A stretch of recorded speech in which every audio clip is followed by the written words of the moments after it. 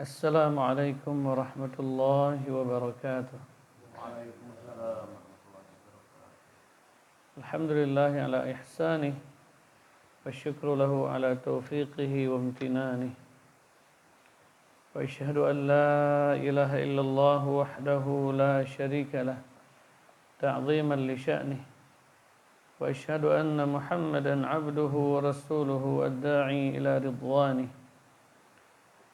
اللهم صل وسلم وبارك عليه وعلى آله وأصحابه وإخوانه. اللهم لا علم لنا إلا ما علمتنا إنك أنت العليم الحكيم. اللهم علمنا ما ينفعنا وانفعنا بما علمتنا وزدنا علما يا كريم. إخواني في الدين وأخواتي في الله rahimani Allah wa iyyakum. Semoga Allah senantiasa mencurahkan rahmatnya kepada kita sekalian. Alhamdulillah, marilah kita memanjatkan rasa syukur kita kepada Allah atas nikmat yang Allah Subhanahu wa taala anugerahkan kepada kita. Wa ma bikum min ni'matin faminallah. Segala nikmat yang ada pada kalian faminallah, maka semuanya dari Allah Azza wa Jal, yang wajib kita syukuri, dan setiap nikmat kelak akan ditanya oleh Allah. Mudah-mudahan Allah Subhanahu wa taala memberikan kekuatan kepada kita untuk senantiasa bisa menjadi hamba-hamba yang bisa bersyukur atas nikmat dan mempergunakannya dalam perkara yang diridhai dan dicintai oleh Allah Azza wa Jalla. Ikhwan fi din wa akhwati fillah, insyaallah kita akan lanjutkan kajian kita kitab Al-Qaul Al-Mufid fi Adillati Tauhid, dikarang oleh Syekh Muhammad bin Abdul Wahhab bin Ali Al-Yamani Al-Wasabi Al-Abdali rahimahullah. Pembahasan kita malam ini insyaallah kita lanjutkan dari pembahasan sebelumnya, yaitu Adillatu Ziyaratul Iman. Namun malam ini kita lanjutkan bab min adillati nuqsanil iman, yaitu pembahasan bab berkaitan dengan dalil-dalil nuqsanil iman, dalil-dalil akan berkurangnya iman. Jadi pemahaman yang benar berkaitan dengan iman sesuai dengan akidah Ahlus Sunnah wal Jamaah, yaitu yazidu bitta'ah. Iman itu bisa bertambah dengan ketaatan, wa yanqusu bil ma'siyah, dan iman dapat berkurang dengan maksiat. Dalam bab ini Syekh rahimahullah ingin menyebutkan dalil-dalil. Ya. Apa dalil berkaitan dengan berkurangnya iman? Ya. Karena iman apabila berkurang, ini merupakan kerugian bagi seorang hamba. Ya. Seseorang hari ini menyadari, dan mereka sangat khawatir bila dunianya berkurang, harta bendanya berkurang, penghasilannya berkurang, maka mereka begitu galau, ya. Karena mereka melihat langsung nyata. Akan tetapi bila keimanannya berkurang, ya, kebanyakan manusia tidak menyadarinya dan mereka tidak merasa sedih, ya, tidak merasa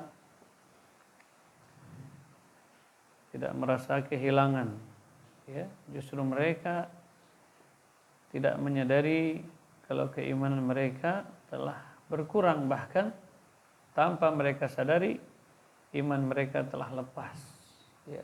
Ini dikarenakan dangkalnya pengetahuan dan ketidakpeduliannya terhadap agama, ya. Sehingga mereka tidak mau belajar, tidak berusaha untuk mempelajari tentang agamanya, apa faktor penyebab imannya bertambah. Apa faktor penyebab imannya berkurang? Itu keumuman manusia, kaum muslimin keumumannya mereka tidak menyadarinya karena tidak adanya pengetahuan tentangnya. Maka ini musibah. Ya, ini musibah yang besar.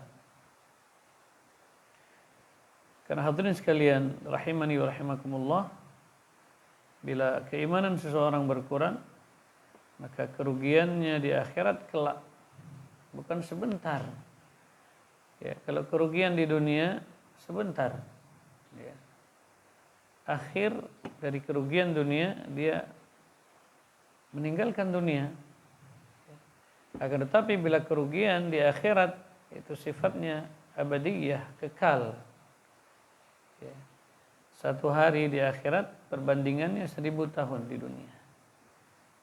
Bayangkan seandainya seseorang kembali kepada Allah dalam keadaan imannya berkurang, naudzubillah, maka dia akan rugi dengan kerugian yang besar di akhirat. Khusranun mubin, ya, kerugian yang nyata, namun banyak orang tidak menyadarinya. Kenapa? Faktor kejahilan. Jadi ilmu, ya, ilmu ini perkara yang sangat penting sehingga seseorang bisa menyadari, ya, bisa menyadari bahwasanya imannya telah berkurang apabila dia punya pengetahuan tentangnya. Tapi bila tidak punya pengetahuan, tidak punya ilmu tentangnya, maka dia tidak akan pernah sadar kalau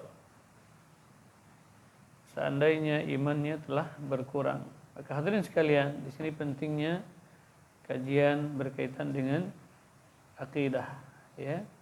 Maka bab yang Syekh sebutkan di sini ini perkara yang sangat penting sehingga dengannya kita bisa mengukur diri kita apakah iman kita masih stabil atau sudah berkurang. Iman kita masih normal atau sudah abnormal, ya, naudzubillah. Sehingga maka ini nasihat yang berharga yang Syekh rahimahullah menulis dalam kitab beliau, dalil-dalil tentang berkurangnya iman. Dalil yang pertama, beliau menyebutkan dari Abi Hurairah radhiyallahu anhu, hadis yang diriwayatkan oleh Imam Muslim, diriwayatkan oleh Imam Bukhari dan Muslim. Dari Abi Hurairah radhiyallahu anhu, Abu Hurairah radhiyallahu anhu beliau mengatakan, qala Rasulullah sallallahu alaihi wasallam, Rasulullah sallallahu alaihi wasallam bersabda, al-imanu bid'un wa sab'una syu'bah. Rasulullah SAW bersabda, iman itu ada 70 cabang lebih, ya. Bid'un wa sab'una syu'bah. Bid'un bermakna bilangan, ya. Bilangan antara 3 hingga 9. Ya. Bid'un itu bilangan antara 3 hingga 9. Syu'bah, makna syu'bah itu adalah cabang atau bahagian, ya. Jadi syu'bah itu bahagian atau cabang. Jamaknya syu'ab. Itu jamaknya adalah syu'ab. Baik. Jadi iman, kata Nabi SAW, al-iman itu ada 70 cabang lebih, ya. Jadi mulai dari 73 sampai 79. Itu kata-kata bid'ah di dalam bahasa Arab, ya. Jadi lebih dari 70 cabang. Fa afdaluha, maka cabang yang paling utama, ya, fa afdaluha, cabang yang paling utama, qaulu la ilaha illallah, ya, yaitu ucapan la ilaha illallah, itu ucapan kalimat tauhid. Afdaluha ini yang paling utama. Ai maknanya arfa'uha, yang paling tinggi dan yang paling banyak pahalanya. Ya, makna fa afdaluha di sini ay arfa'uha, yang paling tinggi atau yang paling banyak pahalanya, yaitu ucapan la ilaha illallah, itu kalimat tauhid. Ini cabang iman yang paling tinggi, ya. Jadi bukan perkara sepele kalimat tauhid. Bahkan kalimat tauhid ini tujuan Allah menciptakan jin dan manusia. Ya, wa ma khalaqtul jinna wal ins illa liya'budun. Aku tidak ciptakan jin dan manusia kecuali untuk menyembah, untuk beribadah, untuk mentauhidkan. Makna ya'budun di situ adalah yuwahhidun. Untuk mentauhidkan Allah. Adanya perintah, ya, perintah-perintah Allah, adanya surga, adanya neraka. Ini tergantung dari kalimat ini. Ya, seseorang akan layak menjadi penghuni surga bila tauhidnya benar. Seseorang akan sukses hidupnya di dunia dan di akhirat bila tauhidnya benar, bila cabang yang pertama ini benar. Kemudian manusia sa'adah am syaqawah, seorang manusia itu berbahagia di akhirat atau dia celaka, ini tergantung kepada kalimat tauhid. Ya, bahkan kalimat tauhid adalah miftahul jannah. Kalimat tauhid ini adalah kunci surga, sebagaimana disebutkan oleh Wahab ibn Munabbih ketika ditanya kepada beliau, bukankah kalimat tauhid la ilaha illallah itu miftahul jannah, bukankah itu adalah kunci surga? Maka beliau mengatakan, bala, benar. Akan tetapi setiap kunci itu memiliki, ada gerigi-geriginya. Ya, ada gerigi-geriginya. Jadi miftah, kunci itu bisa terbuka bila ada geriginya. Kalau kuncinya ompong, bisa dibuka. Ya. Tidak akan bisa buka kunci. Pintu tidak akan bisa terbuka kalau kuncinya salah. Ya. Maka surga itu, kuncinya surga adalah kalimat tauhid. Makanya ada 8 syarat. Itu yang dikatakan oleh Syekh, ya, oleh Wahab ibn Munabbih rahimahullah. Beliau menyebutkan gerigi-geriginya itu adalah syarat-syarat dari kalimat tauhid. Ada sebagian ulama menyebutkan 7, ada juga yang mengatakan 8. Nah, ini yang penting yang harus kita dalami. Mungkin bab tersebut sudah kita lalui, ya. Yang pertama al-ilm, ya, bimaknaha. Kemudian yaqin, ya, di antaranya itu. Masyaallah. Baik. Jadi fa afdaluha, iman, cabang iman yang paling tinggi, yang paling besar pahalanya adalah kalimat tauhid. Orang tidak bertauhid, maka semua cabang-cabang keimanan yang lainnya tidak ada gunanya. Ya. Orang yang beramal, ya, dengan amalan-amalan yang tinggi, amalan-amalan yang besar, haji, salat, tapi bila dia tidak bertauhid, bila dia tidak mentauhidkan Allah, maka semua amalan tersebut tidak ada nilainya. Ya, semua amalan tersebut sia-sia. Makanya ukuran kebaikan seseorang, ya, akan makbul di sisi Allah bila tauhidnya benar. Ya, makanya manusia saat ini mereka aneh dalam menilai. Menganggap itu yang penting baik, ya. Yang penting baik, ya. Tapi dia tidak melihat sisi keimanannya. Sehingga ada sebagian manusia mengatakan agama itu sama. Gitu, ya, menganggap agama yang penting baik karena setiap agama itu mengajarkan kebaikan. Itu kata mereka. Ya. Padahal la haula wala quwata illa billah. Ya, itu pendapat yang demikianlah menunjukkan bahwasanya orang tersebut berada di kejahilan. Ya, murakkab. Jahil bukan hanya sekedar jahil, tapi dia murakkab, jahilnya itu double. Kenapa? Karena sudah tidak paham, berani berkomentar. ya, tidak paham makna itu baik menurut Allah Subhanahu wa taala, tapi dia berani berkomentar, maka dia itulah dianggap jahil murakkab. La haula wala quwwata illa billah. Tapi hadirin sekalian, ikhwani fid din wa akhwati fillah, banyak manusia tertipu olehnya. Dia terpengaruh, itu terpedaya. Apa faktor penyebabnya? Faktor penyebabnya adalah jahil, ya. Maka kejahilan ini sangat berbahaya, ya. Kejahilan ini sangat berbahaya, naudzubillah. Oleh karenanya Allah Subhanahu wa taala memerintahkan kepada nabinya agar ditambahkan bukan harta. Nah, Allah perintahkan kepada nabinya untuk berdoa kepada Allah supaya ditambah. Apa itu? Ilmu. Wa qul rabbi zidni ilma. Katakanlah ya Muhammad. Perintah Allah kepada nabinya. Allah tidak memerintahkan kepadanya untuk meminta ditambah harta, tidak. Ditambah yang lain-lainnya, tidak. Akan tetapi Allah perintahkan supaya beliau meminta agar ditambah ilmu.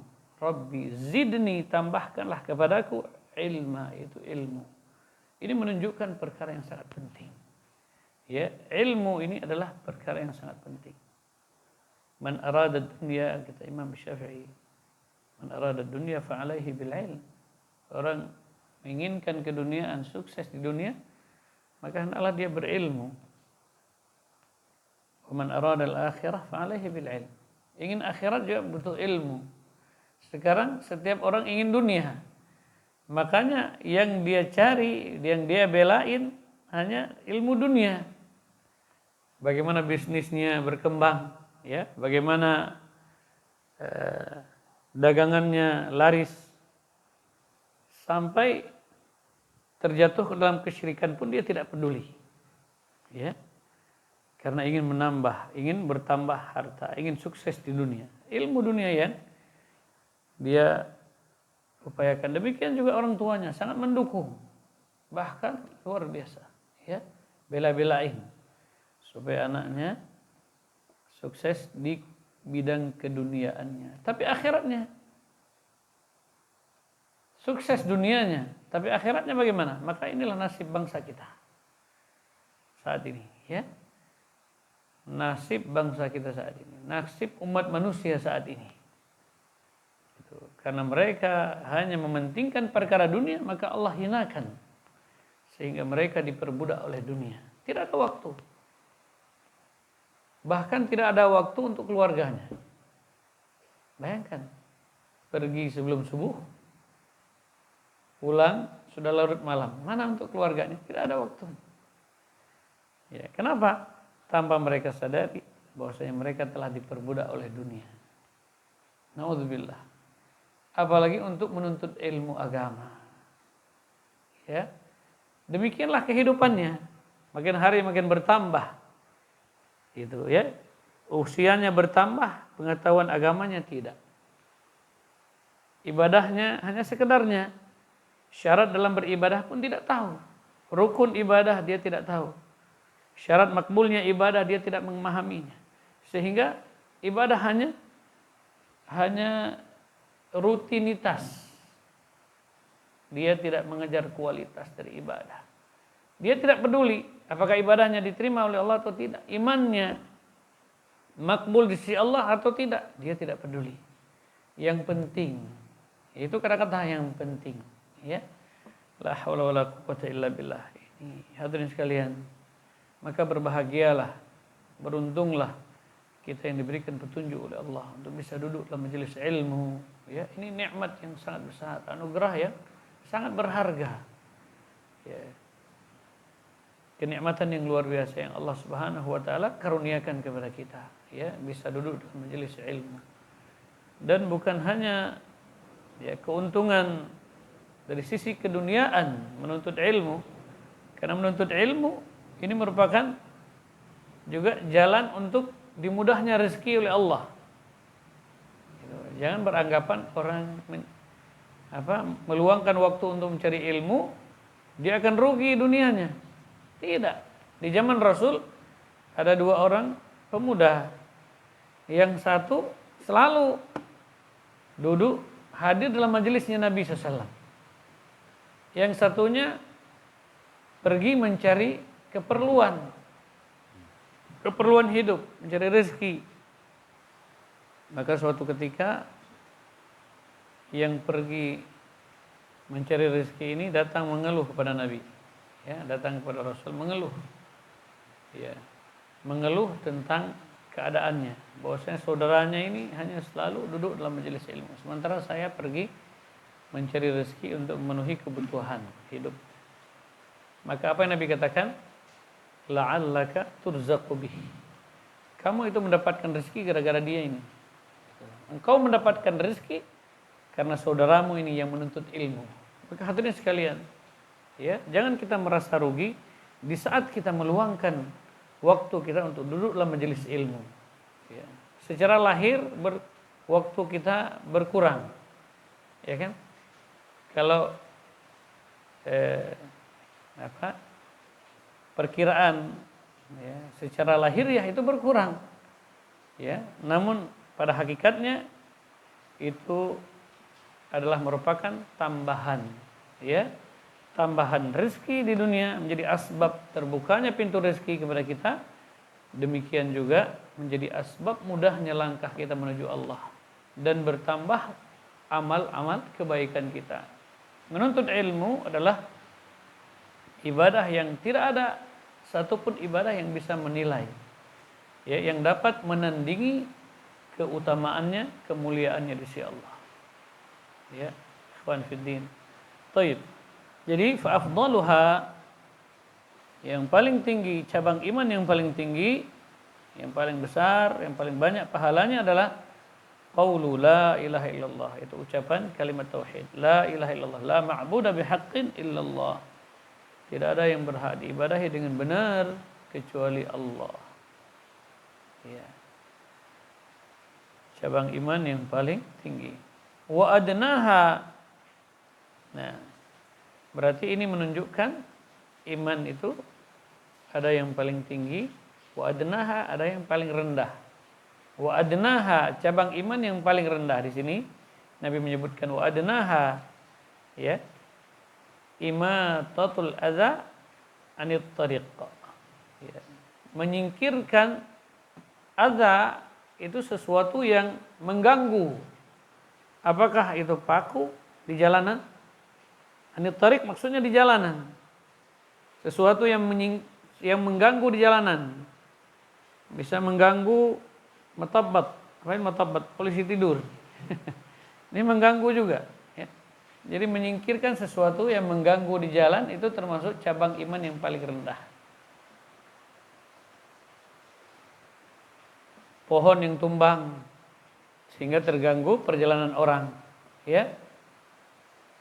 Nah, itu termasuk cabang iman. Namun kata Nabi itu adalah merupakan cabang iman yang paling rendah. Wa adnaha imatatul adza, menyingkirkan gangguan, ya. Menyingkirkan segala yang dapat mengganggu manusia atau makhluk lainnya. Al-adza, gangguan, bentuknya umum. Contohnya duri atau pecahan kaca, batu, pohon yang tumbang, ya, dan benda-benda yang berbahaya lainnya. Itu yang ada di jalan. Maka hadirin sekalian, rahimani wa rahimakumullah, kebanyakan, ya, kebaikan itu sangat banyak. Ya. Kebaikan itu sangat banyak. Cabang iman itu lebih dari 70 cabang. Maka ada cabang iman yang apabila seseorang menyepelekannya, maka dia bisa keluar dari Islam. Ada cabang iman, ya. Apabila seseorang meremehkannya, menyepelekannya, dia bisa keluar dari Islam. Contohnya cabang iman itu adalah salat. Apabila seseorang menyepelekan, meninggalkan salat dengan sengaja, maka dia keluar dari Islam. Ada juga cabang iman apabila seseorang meninggalkannya, ya, dia hanya rugi, tidak sampai keluar dari Islam. Ya. Namun dia akan mengalami kerugian. Ya, dia akan mengalami kerugian di akhirat. Ya. Gitu. Thayyib. Jadi bukan berarti orang yang meninggalkan cabang-cabang dari keimanan dia tidak berusaha untuk melakukannya, dia akan beruntung di akhirat, tidak.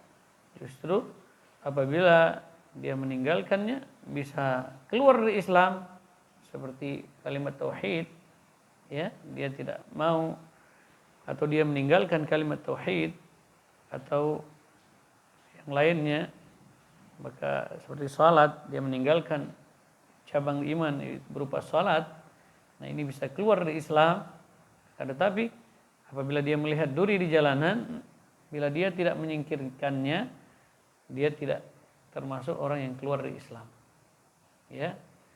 Karena itu hanya amalan. Apabila dia melakukannya, itu menjadi sebab bertambahnya kebaikannya.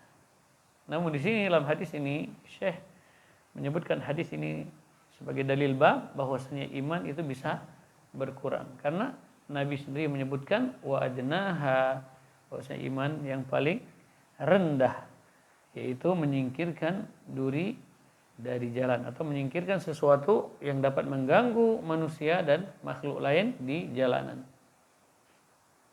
Kemudian wal haya'u syu'batun minal iman, dan malu itu syu'bah. Ya, syu'ab tadi apa? Bahagian atau cabang. Ya. Dan malu itu cabang dari iman. Ya. Malu untuk bermaksiat. Berarti masih ada iman di hatinya. Ya. Malu untuk meninggalkan salat. Berarti masih ada iman di hatinya. Kalau orang sudah tidak malu, tidak ada rasa malu, dia meninggalkan perintah-perintah Allah, apakah masih dianggap sebagai seorang mukmin yang sempurna imannya? Tidak. Wal hayatu syu'batun minal iman, dan malu itu adalah cabang dari iman. Nabi menyebut dalam hadis yang lain, idza lam tastahi, jika sudah hilang rasa malu, ya. Idza lam tastahi, apabila engkau sudah tidak ada rasa malu, fasna' ma syi'ta, maka lakukan sesukamu. Ya. Bukan berarti bolehnya dia melakukannya. Ya, boleh dia melakukan semaunya. Akan tetapi di sini istifham ingkari. Jadi lakukan sesukamu. Akan tetapi tahu, kamu harus paham, kamu harus mengerti bahwasanya ada akibat dari perbuatanmu nanti. Seperti seorang anak lagi sedang naik pohon, ya kan? Udah naik lagi, kata orang tua. Maksudnya itu disuruh turun. Kenapa? Karena berbahaya. Bila dia naik, dia akan jatuh. Itu akan berbahaya. Maka di situ juga Nabi mengatakan, idza lam tastahi fasna' ma syi'ta. Jika sudah tidak ada rasa malu, maka lakukan sesukamu. Bukan berarti dia tidak akan mendapatkan hukuman apa-apa, tidak. Dalam ayat juga Allah menyebutkan, ya, dalam surat Fussilat, ya, i'malu ma syi'tum. Allah berfirman, i'malu ma syi'tum. Perbuatlah sesukamu, lakukan apa yang kamu inginkan. Ya, lakukan apa yang kamu inginkan. Akan tetapi di akhir ayat Allah menyebutkan, innahu bima ta'maluna basir. Sesungguhnya dia, itu Allah, terhadap apa yang kamu lakukan melihat. Ya, bukan hanya melihat, akan tetapi sayujzihi yaumal qiyamah, dia akan diberikan balasan pada hari kiamat. Gitu. Jadi manusia tidak bebas sebenarnya. Ya, dia harus mengikuti aturan. Akan tetapi bila dia mau semau-maunya, maka lakukan. Namun dia akan merasakan akibatnya kelak pada hari kiamat. Al-jaza' min jinsil amal, balasan sesuai dengan perbuatan. Itu. Maka kullu ummati, kata Nabi, mu'afa, seluruh umatku itu diampuni. seluruh umatku akan diampuni dosa dan kesalahan yang dia lakukan. Diampuni. Nabi menyebutkan kullu ummati mu'afa illa al-mujahir. Kecuali orang yang melakukannya secara terang-terangan. Ya.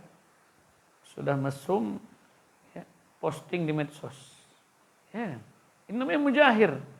Kalau seperti itu tidak diampuni oleh Allah. Atau dia melakukannya terang-terangan, bermaksiat kepada Allah terang-terangan, tidak ada rasa malu, ya, sudah tidak memiliki rasa malu, ya.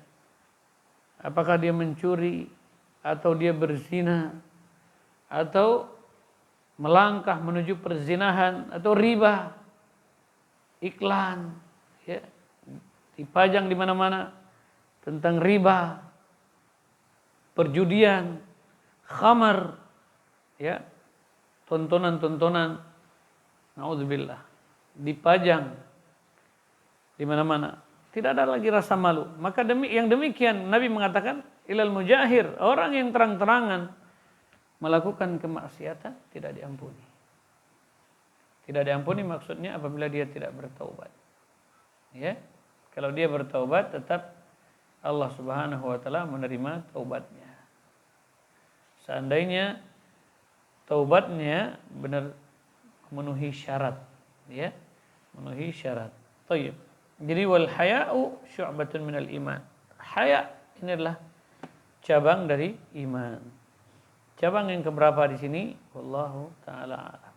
Ya, mungkin lain kali kita bisa membuka, ada kitab yang disebutkan oleh para ulama tentang cabang-cabang dari keimanan. Baik.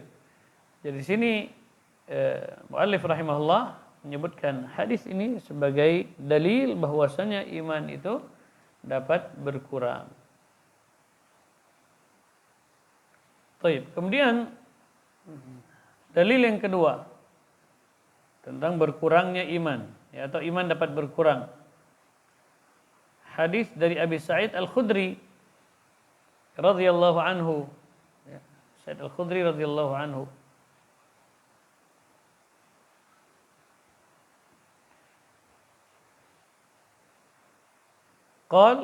Beliau mengatakan sami'tu Rasulullah sallallahu alaihi wasallam yaqul. Aku mendengar Rasulullah sallallahu alaihi wasallam bersabda, ya, yaqul di sini berkata bisa atau bersabda juga bisa, ya, sama aja. Baik.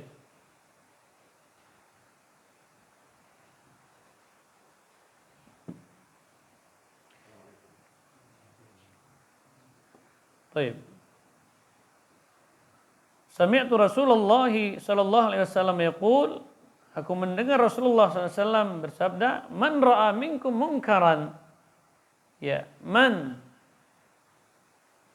barang siapa di antara kalian, man ra'a, barang siapa melihat di antara kalian munkaran, suatu kemungkaran, man ra'a minkum munkaran, barang siapa yang melihat suatu kemungkaran di antara kalian, falyughayyirhu biyadihi, maka hendaklah dia merubah dengan tangannya.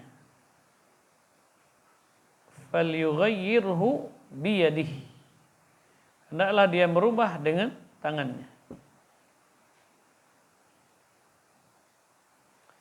Kata para ulama, merubah kemungkaran dengan tangan maksudnya seperti disebutkan oleh Al-Imam Al-Albani rahimahullah, yaitu dengan kekuasaan.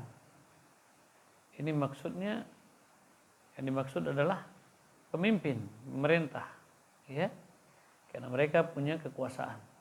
Jadi yang dapat merubah kemungkaran dengan tangan, dengan kekuasaan adalah pemerintah. Seperti dahulu, ya,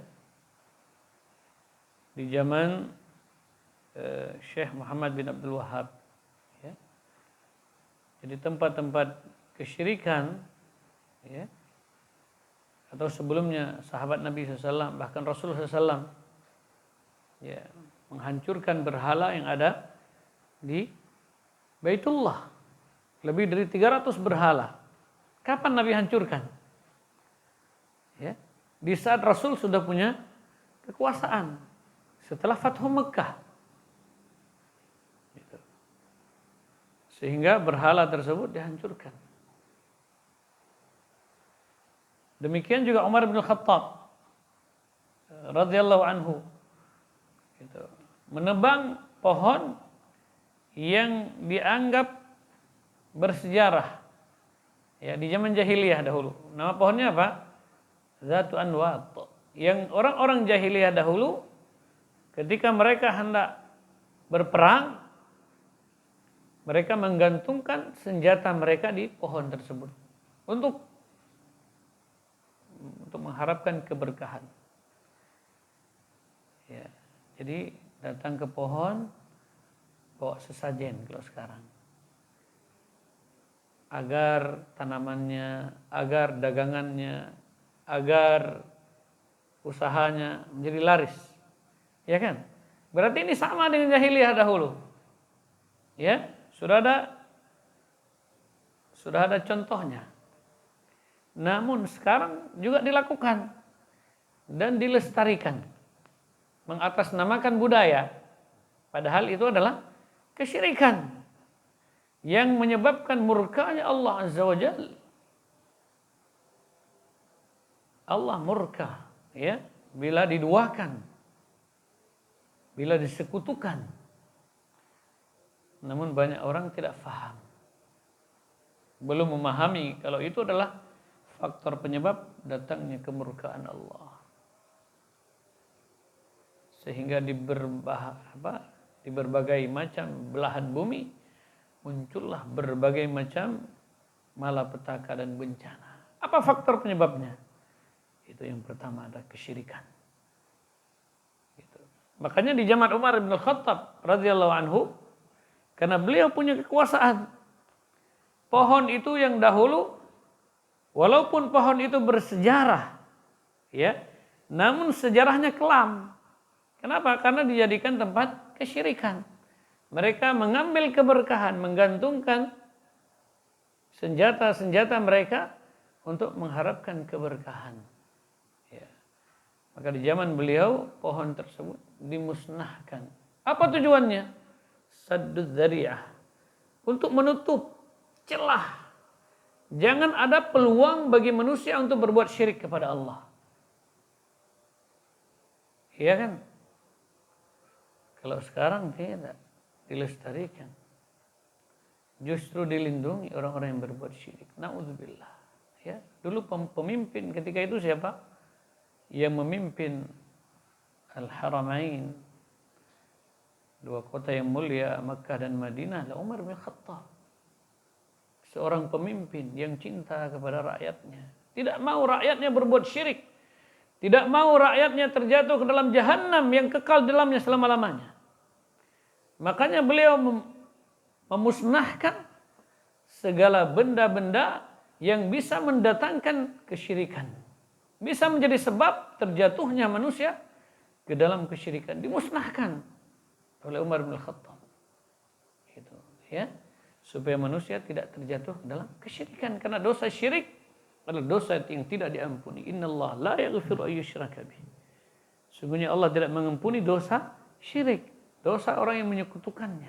Allah tidak ampuni. Ya. Dan pelakunya mukhallad finnar. Pelaku kesyirikan itu kekal di neraka. Gitu, ya. Makanya yang merubah kemungkaran dengan tangannya adalah penguasa. Demikian juga yang pertama Rasul SAW. Di saat Rasul sudah berkuasa, sudah punya kekuasaan, maka berhala yang mereka jadikan sesembahan selain Allah, Rasul musnahkan. Dan itu kemungkaran yang paling besar. Orang hari ini menganggap ya, mereka memporak-porandakan tempat-tempat pelacuran misalnya, ya. Tempat-tempat khamar. Tapi tempat-tempat kesyirikan dia diamkan. Padahal mana yang lebih utama? Dihancurkan, dimusnahkan. justru tempat kesyirikan. Tapi karena dangkalnya pengetahuan, itulah yang terjadi. Makanya, jadi man ra'a minkum mungkaran. Jadi kemungkaran yang paling besar adalah kesyirikan kepada Allah. Itu yang harus dimusnahkan. Ketika Rasul mengutus Ali, ya, beliau menyuruh kepadanya untuk memusnahkan itu ajang-ajang kesyirikan. La tada' qabran musyrifan. Ya, jangan engkau biarkan kubur yang diperindah. Ya. Kubur yang diperindah illa sawaitah, kecuali engkau ratakan. Disuruh ratakan. Nabi wasiatkan di saat mengutus sahabatnya yang mulia untuk berdakwah ke Yaman. Karena negeri Yaman ketika itu negeri yang dikuasai oleh Yahudi. Ya.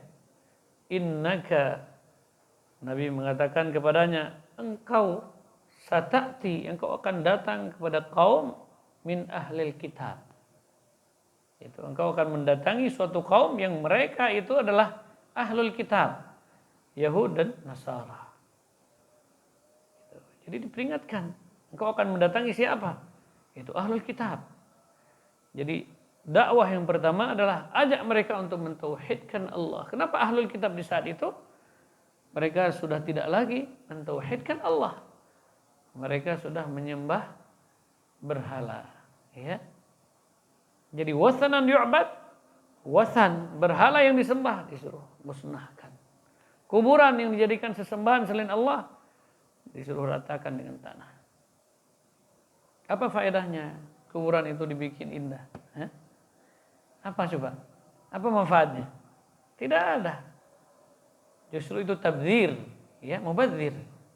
Nabi suruh ratakan dengan tanah. Kubur itu hanya sejengkal dengan tanah. Ya. Tapi hari ini kuburan dibikin kelambu lagi, dibikin lampu kelap-kelip di situ. La haula wala quwata illa billah. Sehingga di situ jadi tempat ajang kesyirikan, berdoa, meminta di situ. Nauzubillah. Berdoa kepada selain Allah. Ya, itu adalah kemungkaran yang paling besar, yaitu kesyirikan. Ikhwani fid din, azanillahu iyyakum, semoga Allah memuliakan kita semua. Jadi barang siapa di antara kalian, kata Nabi, melihat kemungkaran falyughayyirhu biyadihi, maka hendaklah dia merubah dengan tangannya. Maka yang dimaksud ini adalah penguasa, ya. Jadi penguasa kaum muslimin apabila melihat tempat-tempat kesyirikan, maka wajib bagi mereka untuk memusnahkannya. Apa tujuannya? Agar umatnya terjaga dan terpelihara dari nerakanya Allah. Ya, sebagaimana Rasulullah SAW dan juga khalifah setelahnya itu, ya, khalifah setelahnya, pengganti Rasul setelahnya. Tayyib. Man ra'a minkum munkaran falyughayyirhu biyadihi fa illam yastati'. Jika dia tidak mampu, ya, tidak punya kekuasaan, berarti tidak mampu merubah dengan tangan.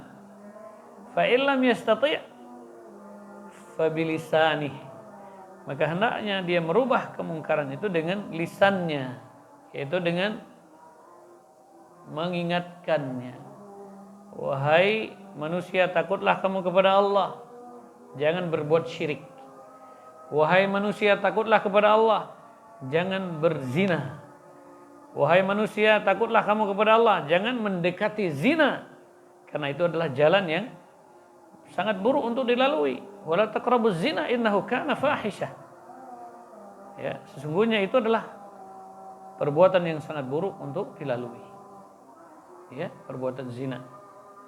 Wahai manusia, jangan memakan riba, karena riba itu adalah mengundang kemurkaan Allah. Allah mengatakan perang dengan pelaku riba.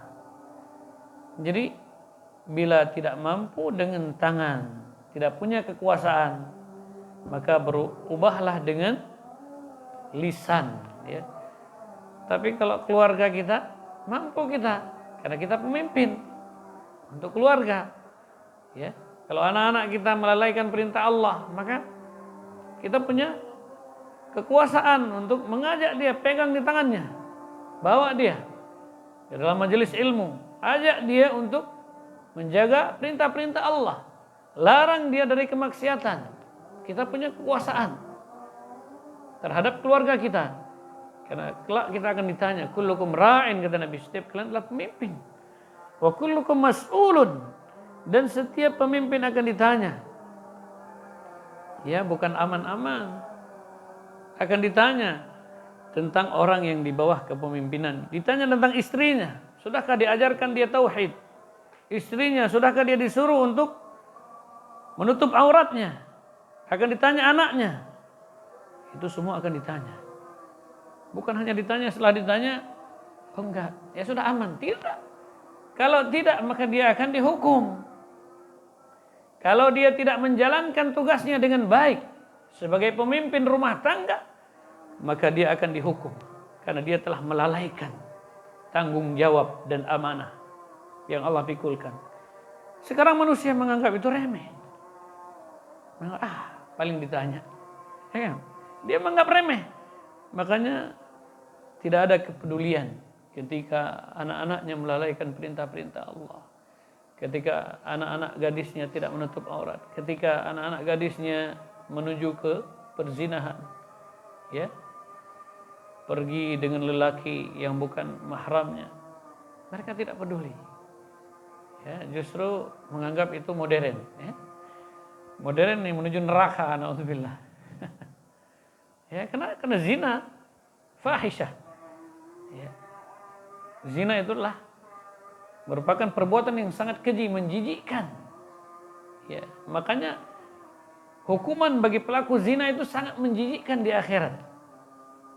Ya, ketika Nabi Isra, ya, yauma usriya, kata Nabi, ketika aku diisrakan oleh Allah ke langit, diperlihatkan bagaimana hukuman bagi wanita pezina. Dia digantungkan dalam keadaan wajah terkelungkup, digantungkan di payudaranya, dalam keadaan wajahnya terbalik ke bawah. Na'udzubillah. Sangat menghinakan, bahkan keluar dari, na'udzubillah, dari kemaluannya, ya, cairan yang sangat bau yang menyebabkan penghuni neraka tambah tersiksa. Na'udzubillah, jadi neraka itu menyedihkan. Ya, siksaannya tambah lagi. Na'udzubillah, sesuatu yang menjijikkan. Jadi tidak ada nikmatnya di neraka. Maka sangat berbahaya. Ya, neraka itu sangat berbahaya. Akan tetapi banyak manusia yang tertipu dan menempuh jalan-jalan menuju neraka. Na'udzubillah. Ini faktor penyebabnya adalah tidak memiliki ilmu pengetahuan agama. Itu faktornya kejahilan. Na'udzubillah. Hadirin sekalian rahimani wa rahimakumullah. Mari, ya, kita sendiri menjaga diri kita. Qu anfusakum, Allah ingatkan dalam Al-Quran, jagalah dirimu.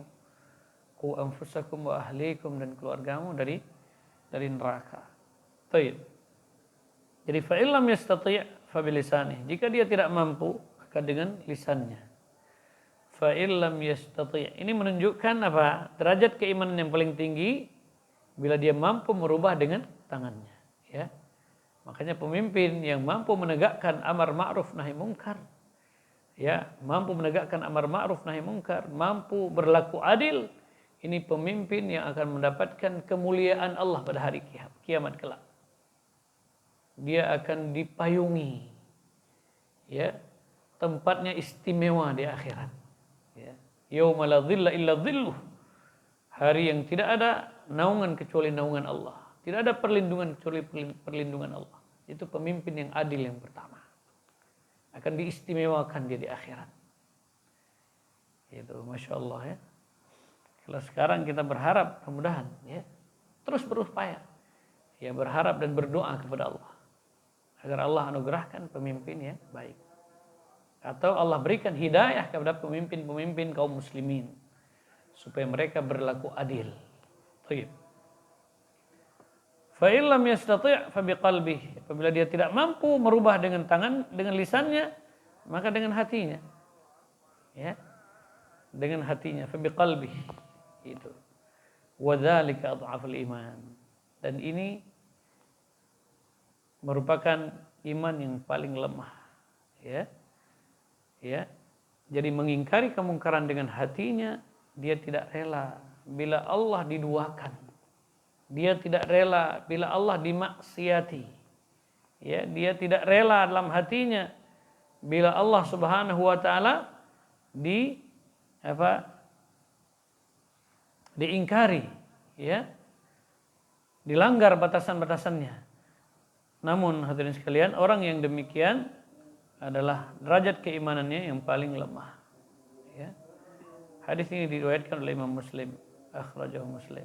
Jadi derajat iman yang paling lemah apabila melihat kemungkaran, dia merubah dengan hatinya, benci terhadap kemungkaran yang terjadi. Berarti kalau sudah senang dengan maksiat, kira-kira masih ada iman di hatinya?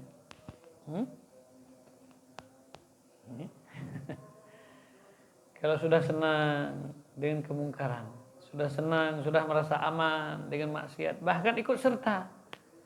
Ya, orang merayakan hari kesyirikan ikut serta, berkumpul dengan dalih apa? Toleran. Padahal Islam sudah mengajarkan bagaimana bertoleransi.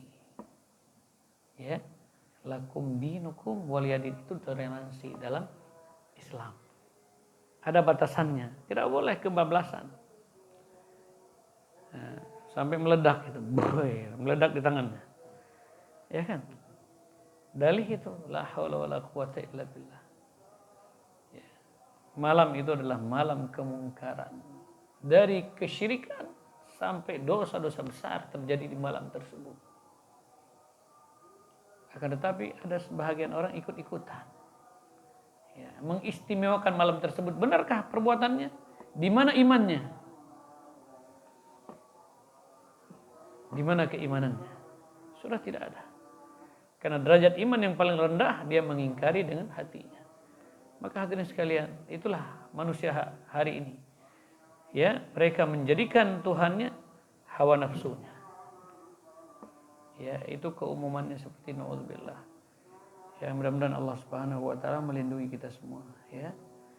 Ya, Allah bimbing kita dan orang-orang yang terlanjur melakukannya dia bertaubat kepada Allah, ya. Dan berazam untuk tidak mengulanginya, menyesal bahwasanya perbuatan tersebut adalah perbuatan yang dimurkai oleh Allah Azza wa Jalla. Baik, insyaallah kita lanjutkan di pertemuan selanjutnya bab tentang dalil tentang berkurangnya iman. Ilahuna subhanakallah bihamdika asyhadu an la ilaha illa anta astaghfiruka wa atubu ilaik. Assalamualaikum warahmatullahi wabarakatuh.